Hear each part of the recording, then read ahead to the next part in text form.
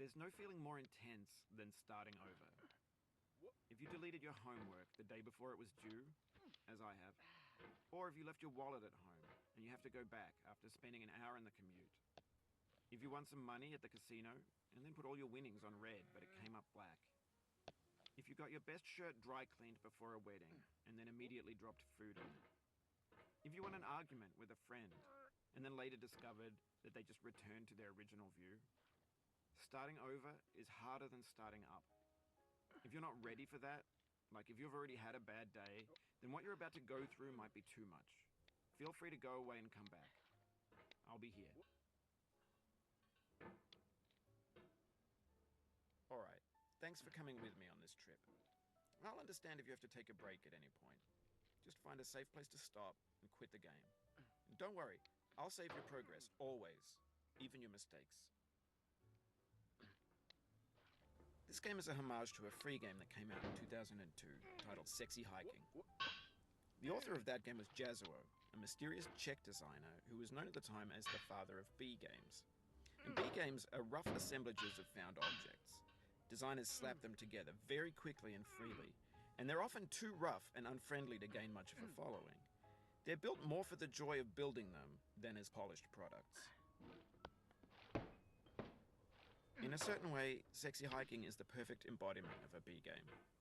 It's built almost entirely out of found and recycled parts, and it's one of the most unusual and unfriendly games of its time. In it, your task is simply to drag yourself up a mountain with a hammer. And that act of climbing, in the digital world or in real life, has certain essential properties that give the game its flavor. No amount of forward progress is guaranteed. Some cliffs are too sheer or too slippery. And the player is constantly, unremittingly in danger of falling and losing everything. Anyway, when you start Sexy Hiking, you're standing next to this dead tree that blocks the way to the entire rest of the game. It might take you an hour to get over that tree, and a lot of people never got past it. You prod and you poke at it, exploring the limits of your reach and your strength, trying to find a way up and over. And there's a sense of truth in that lack of compromise. Most obstacles in video game worlds are fake. You can be completely confident in your ability to get through them once you have the correct method or the correct equipment or just by spending enough time. In that sense, every pixelated obstacle in Sexy Hiking is real. The obstacles in Sexy Hiking are unyielding, and that makes the game uniquely frustrating. But I'm not sure Jazuo intended to make a frustrating game. The frustration is just essential to the act of climbing, and it's authentic to the process of building a game about climbing. A funny thing happened to me as I was building this mountain. I'd have an idea for a new obstacle, and I'd build it, test it, and it would usually turn out to be unreasonably hard. But I couldn't bring myself to make it easier. It already felt like my inability to get past the new obstacle was my fault as a player rather than as a builder. Imaginary mountains build themselves from our efforts to climb them, and it's our repeated attempts to reach the summit that turns those mountains into something real. When you're building a video game world, you're building with ideas, and that can be like working with quickset cement.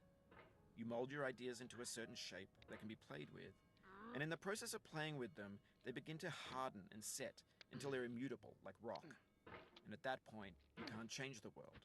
Not without breaking it into pieces and starting fresh with new ideas. For years now, people have been predicting that games would soon be made out of prefabricated objects, bought in a store and assembled into a world. And for the most part, that hasn't happened, because the objects in the stores are trash. I don't mean they look bad or that they're badly made, although a lot of them are. I mean they're trash in the way that food becomes trash as soon as you put it in the sink. Things are made to be consumed and used in a certain context, and once the moment is gone, they transform into garbage. In the context of technology, those moments pass by in seconds. Over time, we've poured more and more refuse into this vast digital landfill that we call the internet. It now vastly outnumbers and outweighs the things that are fresh and untainted and unused. When everything around us is cultural trash, trash becomes the new medium. The lingua franca of the digital age. And you can build culture out of trash. But only trash culture. B games, B movies, B music, B philosophy.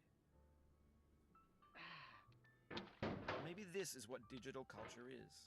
A monstrous mountain of trash, the ash heap of creativity's fountain. A landfill with everything we ever thought of in it. Grand, infinite, and unsorted. There's 3D models of breakfast, Gen X's fanfic novels, scan magazines, green screen Shia LaBeouf, banned snuff scenes on Live Leak. Facebook's got lifelike bots with unbranded adverts and candid shots of Kanye and Taylor Swift mashups, car crash epic failed GIFs, Russian dashcam vids, discussions of McRibs, discarded, forgotten, unrecycled, muddled, rotten, untitled. Everything's fresh for about 6 seconds, until some newer thing beckons, and we hit refresh. And there's years of persevering, disappearing into the pile, out of style, out of sight. In this context, it's tempting to make friendly content that's gentle, that lets you churn through it but not earn it. Why make something demanding if it just gets piled up in the landfill, filed in with the bland things? When games were new, they wanted a lot from you. Daunting you, taunting you, resetting and delaying you. Players played stoically. Now everyone's turned off by that. They want to burn through it quickly, a quick fix for the fickle, some tricks for the clicks of the feckless. But that's not you, you're an acrobat. You could swallow a baseball bat. Now I know, most likely you're watching this on YouTube or Twitch, while some dude with 10 million views does it for you. Like a baby bird being fed chewed up food. That's culture too. But on the off chance that you're playing this, what I'm saying is, trash is disposable, but maybe it doesn't have to be approachable. What's the feeling like? Are you stressed? I guess you don't hate it if you got this far. Feeling frustrated? It's underrated. An orange is sweet, juicy fruit locked inside a bitter peel. That's not how I feel about a challenge. I only want the bitterness. It's coffee. It's grapefruit. It's licorice. It feels like we're closer now. Composer and climber, designer and user. You could have refused, but you didn't. There was something in you that was hidden, that chose to continue. It means a lot to me that you've come this far, endured this much. Every wisecrack, every insensitivity, every setback you've forgiven me is a kingly gift that you've given me. We have the same taste, you and I. It's not ambition, it's ambition's opposite. An obdurate mission to taste defeat. You'll feel bad if you win, so I put this snake in for you. Have you thought about who you are in this? Are you the man in the pot, Diogenes? Are you his hand? Are you the top of his hammer? I think not. Where your hand moves, the hammer may not follow, nor the man, nor the man's hand. In this you're his will, his intent, the embodied resolve in his uphill ascent. Now, you've conquered the ice cliff, the platforms, the church, and the rectory, the living room and the factory, the playground, the construction site, the granite rocks, and the lakeside. You've learned to hike. There's no way left to go but up, and in a moment I'll shut up. But let me say, I'm glad you came.